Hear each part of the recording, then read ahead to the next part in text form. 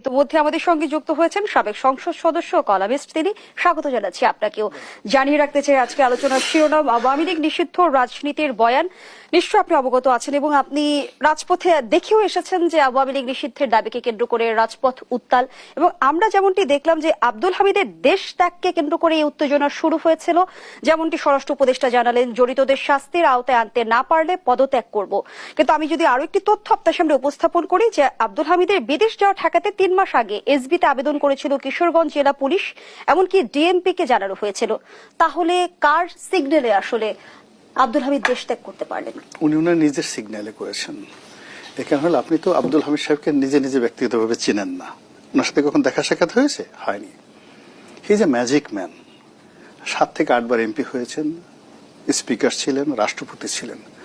ওনার চোখে জাদু আছে, ব্যক্তিত্বে জাদু আছে। উনি 1971 সনে ভারতে গিয়ে যে মুক্তিযুদ্ধ শুধু করেন নাই, কামরূপ কামাখ্যা থেকে উনি জাদু শিখে আসছেন।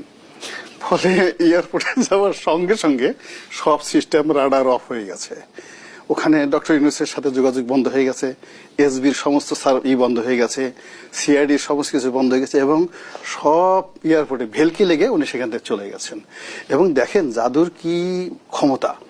সেই জাদুর পরে আজকে যে উপদেষ্টা আছে, স্বরাষ্ট্র উপদেষ্টা, এখনো ওনার জাদুর ঘোর কাটে নাই। এখন উনি বুঝতে পারেন না যে কোথা থেকে কি হয়ে গেল। ফলে আসলে ডক্টর মোহাম্মদ ইউনূসের মতো লোকজন আছেন, এরকম আওয়ামী লীগের যারা লোকজন, এরকম সবাই অনেক জাদু জানে। শেখ হাসিনা কিভাবে জাদু জেনে চলে গেল ভেলকি দিয়ে, এখন পর্যন্ত আমরা বুঝতে পারতেছি না। সকালে গেল না বিকালে গেল, এখন পর্যন্ত আমরা বুঝতে পারতেছি না উনি কি কলকাতাতে আছেন নাকি দিল্লিতে আছেন।